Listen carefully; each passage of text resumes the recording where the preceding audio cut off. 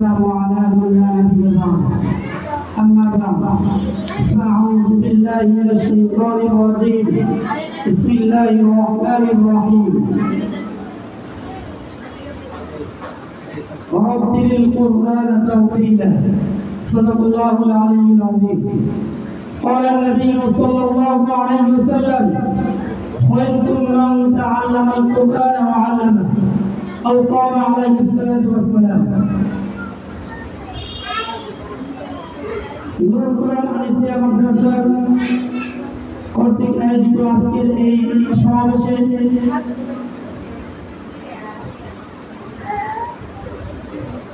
আমরা এখানে আসতে পেরেছি এবং বসতে পেরেছি।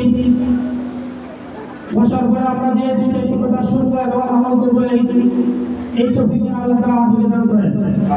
সকলে বলে আমিন।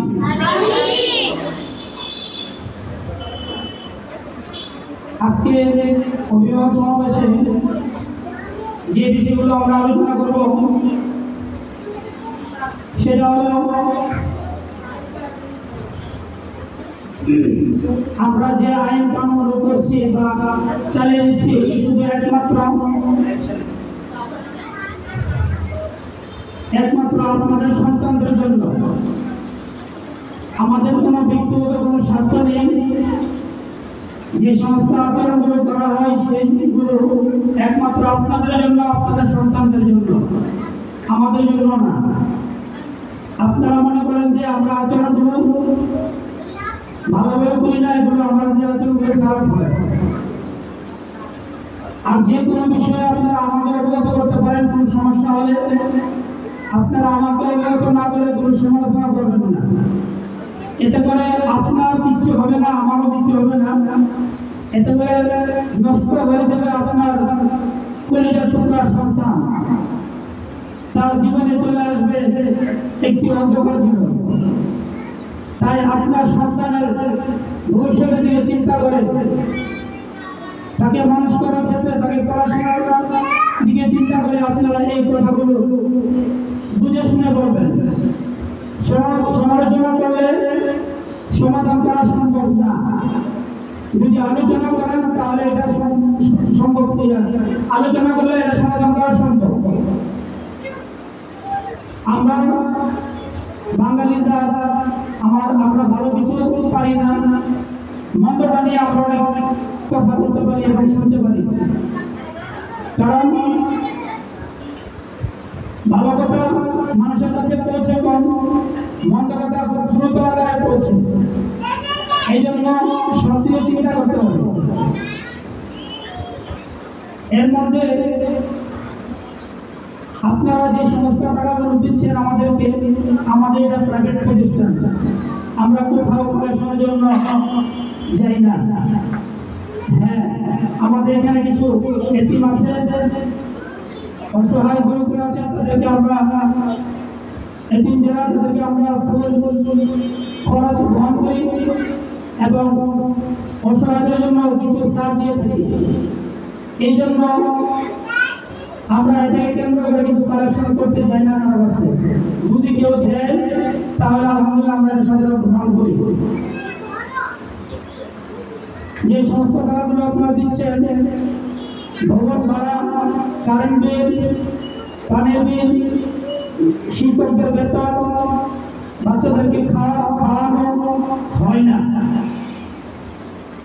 মনে করতেছেন 3.5 টাকা দিচ্ছেন, অনেক বেশি দিচ্ছেন। ভাইবেন না যে অন্যান্য মাদ্রাসায় তো কম টাকায় পড়ায়। আসলে কম টাকায় পড়ায় যে এটা কিভাবে, এটা আপনারা একটু চিন্তা করছেন? কখনো করেন নাই। খাবার কিন্তু অন্যান্য মাদ্রাসার জন্য কিন্তু টাকা কম আসে, কম খরচ হয় না। খরচ হয় ঠিকই, কিন্তু এই টাকাগুলো কোথা থেকে আসে? বিভিন্ন সংস্থা থেকে আসে, দান খরচ আসে, জাকাত, লিল্লাহ, ফিতরা, সদকা থেকে আসে। হুজুররা, মাদ্রাসাতে হুজুররা আছেন, ওনারা বিভিন্ন মানুষের কাছে কালেকশন করে, যেটাকে আমরা বাংলাতে বুঝি ভিক্ষা অথবা সাহায্য। এইগুলোর মাধ্যমে চলে। আপনিও বাসায় খাবার খাচ্ছেন, আপনার ফ্যামিলি চালাচ্ছেন, কত টাকা খরচ হচ্ছে একজনের পিছনে এটা আপনারা বুঝবেন। যদি আপনি টাকা কম দেন তাহলে মনে করবেন আপনার এই টাকাটা কোন এক ফান্ড থেকে আমরা তৈরি করেছি, ব্যবস্থা করেছি, আপনার ফুল টাকা থেকে আমরা খাওয়াইতে পারি না। কেন আপনি আপনার সন্তানের জন্য আপনি অন্যজনের কাছে যাবেন? আপনি যতটুকু পারেন কষ্ট হলেও আপনি এই টাকাগুলো পরিশোধ করতে হবে। শুধু আমার এখানে নয়, আপনি যে কোনো জায়গায় পড়াবেন, আপনার সন্তানকে আপনার টাকা দিয়ে পড়াবেন, তাহলে ভবিষ্যতে সে সমাজের সামনে, দেশের সামনে, মানুষের সামনে আঙ্গুলে দাঁড় করা কথা বলতে পারবে। আর যদি এই ব্যক্তি যদি যাকাত, লিল্লাহ, সাদকা, দান খয়রাত এগুলো খেয়ে পড়াশোনা করেন, সে ভবিষ্যতে মানুষের সামনে বুক উঁচা করে, মাথা উঁচা করে কথা বলতে পারবে না। কারণ এটা খাবারের যে একটা পাওয়ার আছে, ওই পাওয়ারে এটা নষ্ট করে দেয়। যার কারণে আপনারা এটা খেয়াল করবেন। এখন আসেন, 3,500 টাকা দিচ্ছেন, অনেকেই সমালোচনা করেন খাবারের অবস্থা খুব খারাপ। কিছুদিন আগে এক গার্ডিয়ানকে আমাদের উত্তর মাদ্রাসার নাজিয়া সালিমা হযরত মাওলানা মুফতি আব্দুল্লাহ বুখারী সাহেব বলছিলেন আমার সামনে যে আমাদের মাদ্রাসার খাবার নিয়ে যেহেতু সমালোচনা করেছেন আপনি কিন্তু এর যে ভালো খাবার রায়পুরের ভিতরে আপনি আমাকে দেখান, যদি দেখাইতে পারেন তাহলে আপনার সন্তানকে আমরা ফ্রি করাবো। কথাটা শুনে ভালো লাগছে, কিন্তু এটি সত্য কথা। যারা রসুনের থেকে মালিকের সাথে আসছে, রসুনের খাবার অবস্থা একটু বলছিল, এখানে খাবার অবস্থা একটু ভালো।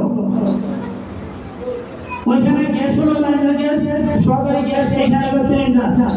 প্রত্যেক মাসে শুধু গ্যাসের জন্য 8 থেকে 9,000 টাকা আমাদের চলে যাচ্ছে।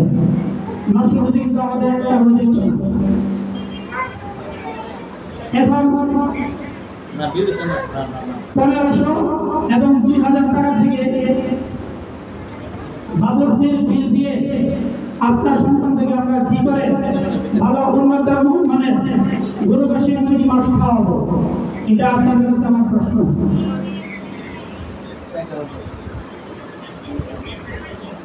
আপনার সন্তানকে আপনার টাকা দিয়ে খাওয়ানো হয়, অন্য কারো টাকা খাওয়ানো হয় না। আমার জীবনে, আমার শিক্ষকতা জীবনে এবং ছাত্র জীবনে আমি এবং আমাদের টিচার যারা আছেন ওনারা কোনোদিন খাবার নিয়ে মন্তব্য করেন, ভালো হোক মন্দ হোক আলহামদুলিল্লাহ। আমার জীবনে আমি বলি নাই, শুধু একদিন 8 বছরের জীবনে এক মাদ্রাসায় একদিন বলছিলাম সিলেট চাচা আপনাদের নাম ইসলাম মাদাম কুবেলা কিলা কিলা লাগছে, এখন কিন্তু ওরাই কিনা আর কিচ্ছু বলি নাই। আমি এটুকু বলছি, গান্দা হয়ে গেছিল, খাইতে পারি নাই, আমি গান্দা শব্দ উচ্চারণ করি নাই, শুধু এটুকু বলছি না। যার কারণে তারা আমাকে মাদ্রাসা থেকে বহিষ্কার করে দেওয়ার সিদ্ধান্ত নিয়েছে।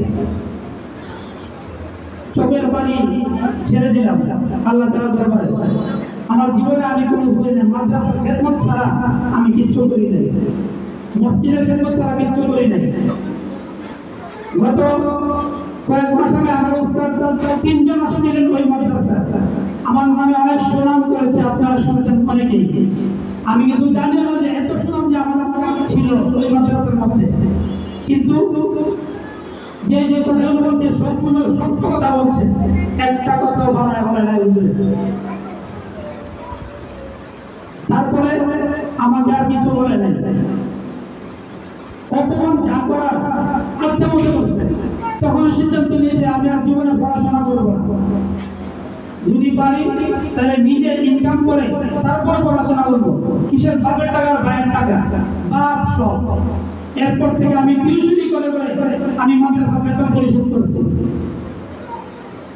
পড়াশোনার আমার জীবনে করুণ কাহিনী আছে, যেটা আপনারা আমি যদি বলতে যাই আপনাদের চোখে পানি পড়তে বাধ্য হবে। আমি সেগুলো দিকে যাচ্ছি না। যদি আপনার সন্তানকে দিনের জন্য দিয়ে থাকে আর আল্লাহ কালাম নবীর হাদিস শিক্ষার জন্য দিয়ে থাকেন, তাহলে আল্লাহকে আসতে খাবার নিয়ে মন্তব্য করবেন না। কিছুদিন আগে এক গার্ডিয়ানের কথা বলছে, নাম বলে নাই, আমাদের নাম বলতে নিষেধ করেছে। আমাদের মুফতি আব্দুল করিম সাহেব, উক্ত মাদ্রাসার নাজিমের উক্ত মাদ্রাসার নায়েব মুফতি সাহেব, আমি বলছি যে ওনাকে বলেন যে আমাদের বেতনটা দিয়ে উনি খাবারটা বাসা থেকে দেওয়ার জন্য আমাদেরকে 1500 টাকা বেতন দিবে, আর বাকি খাবারের টাকা উনি কোথা থেকে খাওয়াবে সেটা ওনার ব্যাপার। কারণ আমি সমালোচনা সহ্য করতে পারি না, উনি কত টাকা দিচ্ছে আমি জানি না। এমন হতে পারে ফোন দিচ্ছে বা হাফ দিচ্ছে, অথবা 3 ভাগের 2 ভাগ দিচ্ছে। আরেকটা বিষয়, যে সমস্ত গার্ডিয়ানরা মনে কষ্ট নেন না, কষ্ট পেয়ে থাকলে আমাদের ভগবান দৃষ্টিতে দেখবে। ছোট ভাই, সহপাঠী এবং বড় ভাই মনে করে, যে সমস্ত গার্ডিয়ানরা শুধু আমার মাদ্রাসা না, প্রত্যেকটা মাদ্রাসায় যে সমস্ত সমস্যাগুলো করে আপনি হাতিয়ে দেখবেন তারা অত্যন্ত গরিব মানুষ, অথবা তারা মাদ্রাসায় টাকা কম দিচ্ছে। এই ব্যক্তিগুলো সমালোচনা করে বেশি।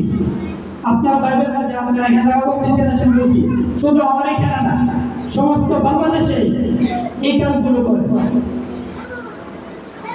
সন্তানকে পড়াবেন, আল্লাহর জন্য দিয়েছেন, যে টাকাটা দিবেন আল্লাহর জন্য খরচ হচ্ছে, এটার জন্য সওয়াব পাবেন। ফাঁকে দিয়ে আপনার সন্তান মানুষ হবে এবং শিক্ষিত হবে, এবং সে অনেক কিছু শিখতে, আমার একটা জাতির জন্য অনেক কিছু। এক কবি বলেছিলেন, তুমি আমাকে একজন শিক্ষিত মা দাও, আমি তোমাকে শিক্ষিত জাতি উপহার দেব। এই জন্য আরো অনেক প্রবাদ আছে, আপনারা এগুলো জানেন বা জানবেন অথবা শুনছেন, এগুলো দেখবেন।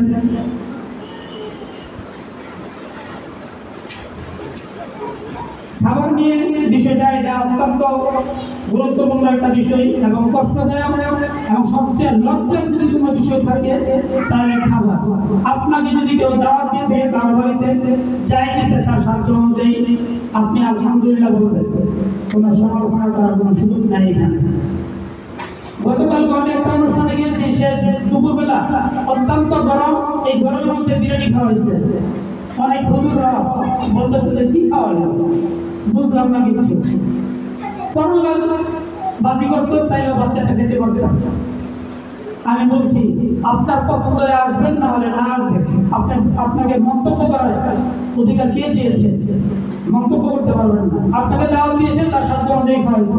আপনি টাকা দিয়েছেন এখানে, না আপনি তার এখানে খাবার পাও না, মন্তব্য করবেন না। এই ব্যক্তিগুলো আমার মাদ্রাসায় এসে মন্তব্য করছিল, এই জন্য ওনাদেরকে আমি বছরে 3 চারবার খাওয়াইতাম, দাওয়াত করাই না। আজকে 1 বছর যাওয়ার আমার এখানে হাত ভিজার সুযোগ নাই, আর কোনোদিন ভিজাবো না। কারণ এটা যদি যিনি খাওয়াছে তিনি যদি শুনে অনেক কষ্ট পাবে, অনেক, যেটা উনি বলবে যে মানে আমি নিচে চলে যাই, খাওয়ার জন্য নিয়ে গেল এত মন্তব্য। তাই আমার কথাগুলো আপনারা কষ্ট নেবেন না, এটি আমার কথা না, এটি কিছু কিছু অভিভাবক আমাকে বলাইছে। বলবেন কেমনে?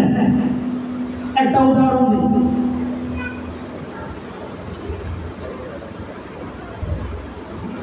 আমাদের নরসিংদীর পৌর মেয়র লোকমান হোসেন একজন এসে বলতেছে লোকমান তো মারা গেছে। আমি বলছি না, মরে না। তো কি জানাতে বলে আসলে তাকে মারা হয়েছে, মরে না, মারা হয়েছে। শব্দ 2টা বুঝতে হবে। তাই কথাগুলো আমি বলি নাই, আমাকে বলা হয়েছে, বলানো হয়েছে। আরেকটা বিষয় হলো, আপনারা যারা আছেন, কোন শিক্ষক এবং শিক্ষিকাদের ব্যক্তিগত নাম্বারে আপনারা কেউ যোগাযোগ করবেন না। মাদ্রাসার নাম্বার যোগাযোগ করবেন, আপনার সন্তানের সাথে কথা বলবেন মাদ্রাসার নাম্বার দিয়ে। কারণ যদি নাম্বার না থাকে বা কোনো সমস্যা হয় আমাকে জানাবেন, ইনশাআল্লাহ আমি সমাধান করে দেওয়ার চেষ্টা করব। শিক্ষকদের নাম্বার দিয়ে কথা বলা এটা ঠিক না। এখানে অনেক কিছু তর্জমা আছে, সেটা আমি আর বলতে পারছি না, আমি শুধু হেডলাইনটা বললাম আপনাদেরকে। উভয় পক্ষকে আমার পক্ষ থেকে নিষেধ।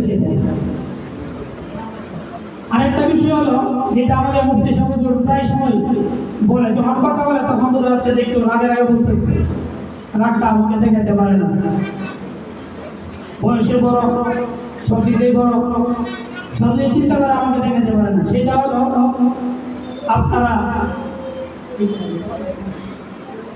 আপনাদের টাইম ছাড়া ও টাইমে আসেন, এটা কিন্তু ঠিক না। বিশেষ করে লাল কালিদের সিগন্যাল, ঘুমের টাইমে কেউ আসবেন না। যদি কেউ মারা যায়, আল্লাহ না করো, তাহলে আসবেন না।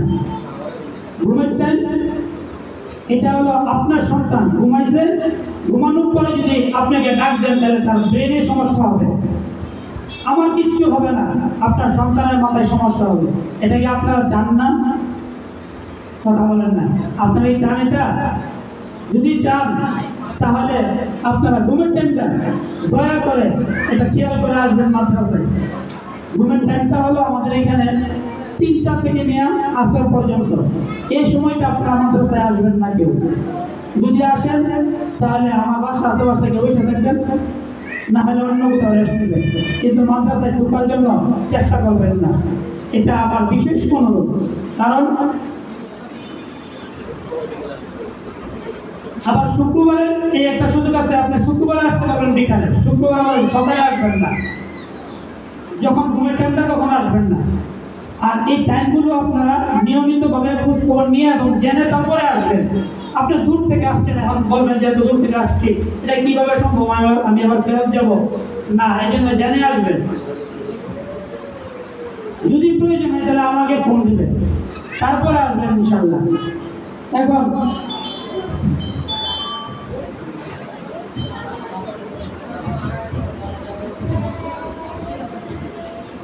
আরেকটা বিষয় হলো, আমি এটা আগেও বলছি এখনো বলি, হয়তো জীবন বলে যেতে হবে, সেটা হলো ছুটি ছাড়ার বিষয়। আপনারা হুটহাট চলে আসেন, এতে তো পড়াশোনা ক্ষতি হবে। আপনি ভাবতেছেন আপনার বাচ্চা, আপনি কিভাবে